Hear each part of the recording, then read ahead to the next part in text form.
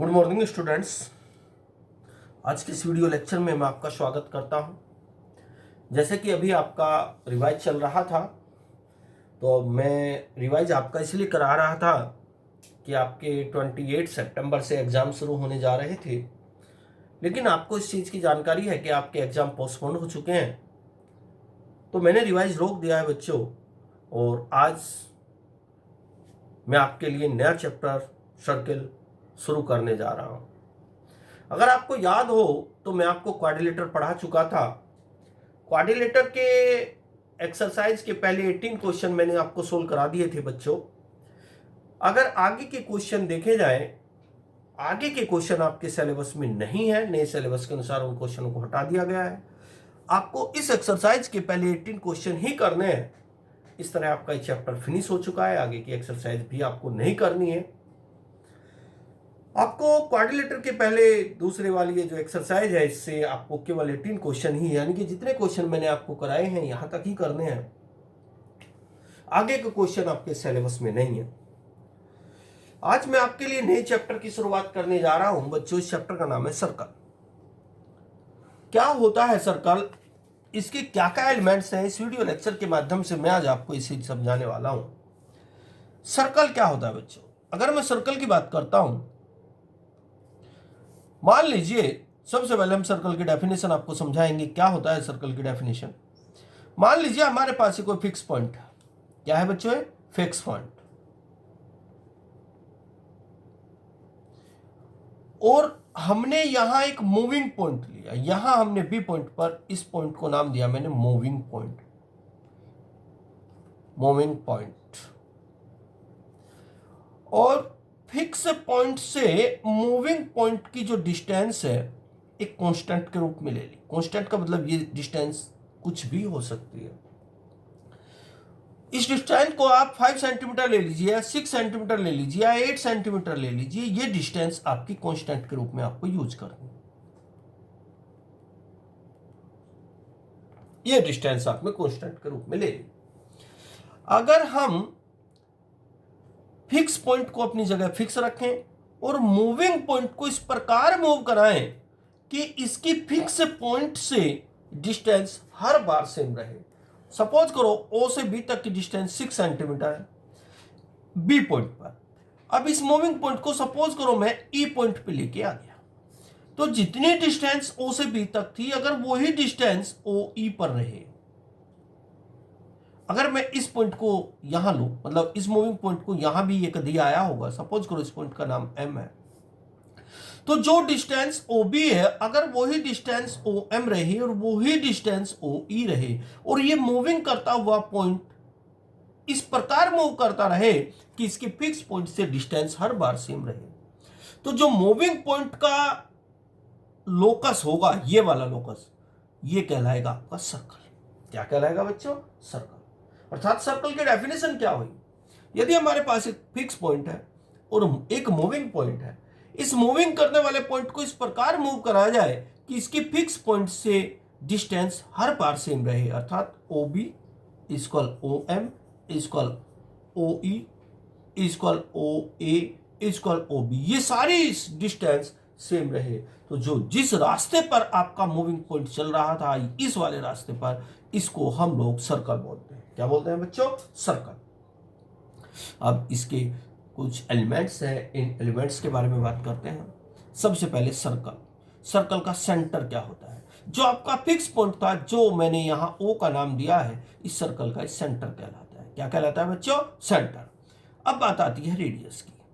जो fix point और moving point के बीच की डिस्टेंस है, ये फिक्स पॉइंट है, ये मूविंग पॉइंट है, इन दोनों के बीच की जो डिस्टेंस है, इस डिस्टेंस को हम लोग रेडियस बोलते हैं। अर्थात ओ से ए तक की डिस्टेंस रेडियस होती है।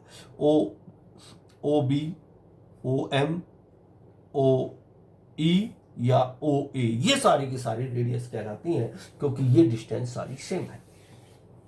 अब बात करते हैं सरकमफ्रेंस की। ये एलिमेंट्स हैं आपके सर्कल के।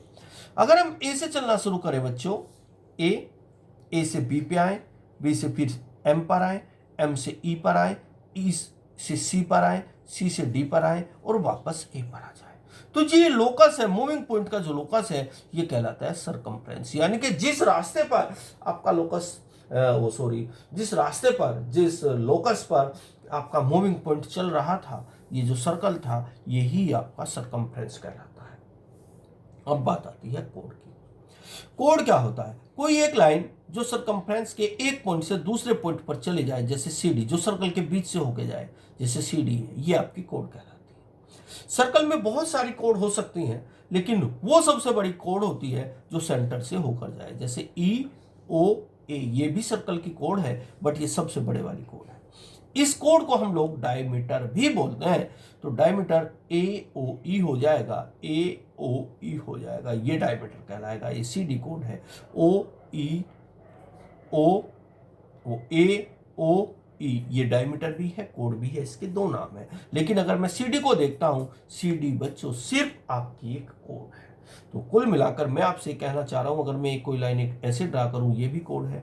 अगर मैं ऐसे लाइन ड्रा करूं, ये भी सर्कल की कोड है। अब बात आती है बच्चों सीकेंट की। सीकेंट क्या होती है? ऐसी कोई एक लाइन जो सर्कल को दो पॉइंट पर इंटरसेप्ट करके चले जाए।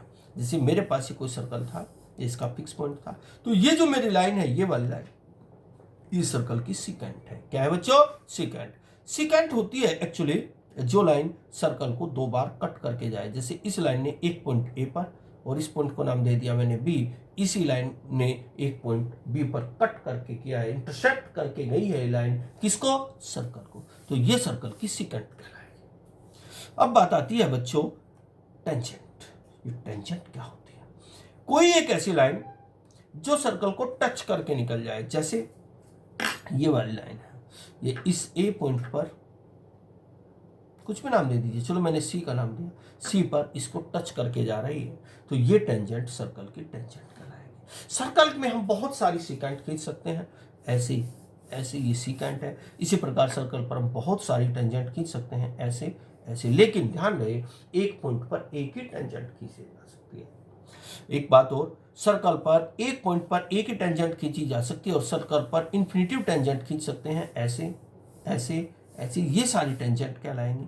और बात आती है कि सीकेंट से टेंजेंट कैसे बनती है। एक्चुअली सीकेंट से ही टेंजेंट बनती है जब हम इसमें लिमिटिंग केस लगाते हैं। इन चीज़ों को आप 11th क्लासेज में, 12th क्लासेज में जाकर के सीखोगे, तो सीकेंट से टेंजेंट कैसे बनती है। फिर भी थोड़ा आपको आइडिया दे देता हूँ। मान के चलो मेरे पास ये सीकेंट है, इसको मैं इधर लेके आया, तब भी ये सीकेंट है। अगर मैं इसको यहाँ लेके आऊँ, अब भी सीकेंट है। अगर इसको यहाँ लेके आऊँ, अब भी सीकेंट है, अब भी सीकेंट है, अब भी सीकेंट है। तो जैसे सीकेंट की लेंथ घटती जा रही है, यहाँ सीकेंट की लेंथ कम है, यहाँ सीकेंट की लेंथ ज़्यादा है, यहाँ सीकेंट की लेंथ, ये सीकेंट की लेंथ कहलाती है। जैसे जैसे सीकेंट की लेंथ घटती जा रही है, तो ये जो आपके इंटरसेप्ट वाले पॉइंट है, ये बिल्कुल पास आते जा रहे हैं। जब ये दोनों पॉइंट एक दूसरे के कोइंसिडेंट हो जाते हैं, एक दूसरे के ऊपर आ जाते हैं, तो यही सीकेंट आपकी टेंजेंट बन जाती है। तो सीकेंट से ही टेंजेंट का जन्म होता है। लेकिन ये सारी चीज़ें आप सीखेंगे 11th और 12th स्टैंडर्ड पर जाकर बच्चों। अब आपको मैंने सर्कल के एलिमेंट्स के बारे में बता दिया है। इन एलिमेंट्स को अपनी फेयर कॉपी में आपको एज इट इज करना है। कल मैं आपको थ्योरम के बारे में समझाऊंगा कि सर्कल की कोई एक थ्योरम प्रूफ करके दिखाऊंगा। जब तक आपको इस वर्क को अपनी फेयर कॉपी में एज इट इज करना है। Okay students.